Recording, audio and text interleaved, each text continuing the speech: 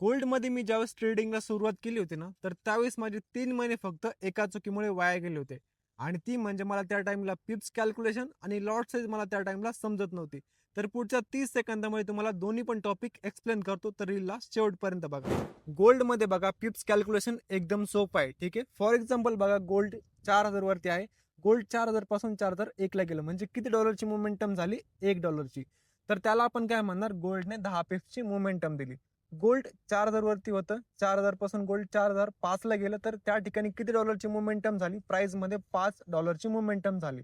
तर त्या केसमध्ये आपण काय म्हणणार की गोल्डने 50 पिपची मोमेंटम दिली. शेवटला काय ह्या ठिकाणी फॉर एक्झाम्पल गोल्ड 4,000 वरती आहे आणि तिथून गोल्ड गेलं 4,010 ला. तर त्या केसमध्ये ह्या ठिकाणी काय आहे की बेसिकली टोटल $10 मोमेंटम झाली. तर त्याला आपण काय म्हणणार? 100 पिप्सची टोटल ह्या ठिकाणी काय झाली? मोमेंटम झाली. सेकंड ह्या ठिकाणी बघा की आपण प्रॉफिट कॅल्क्युलेशन आपण कसं करणार? लॉट साईडच्या अकॉर्डिंग. ह्या ठिकाणी बघा 0.01 ने आपण जर 10 पिप्स जर आपण कॅप्चर केले तर आपलं प्रॉफिट किती असेल? $1. 0.05च्या लॉट साईजने आपण जर ट्रेड घेतलं, 10 पिप्स जर आपण कॅप्चर केलं तर आपलं प्रॉफिट किती असेल? $5.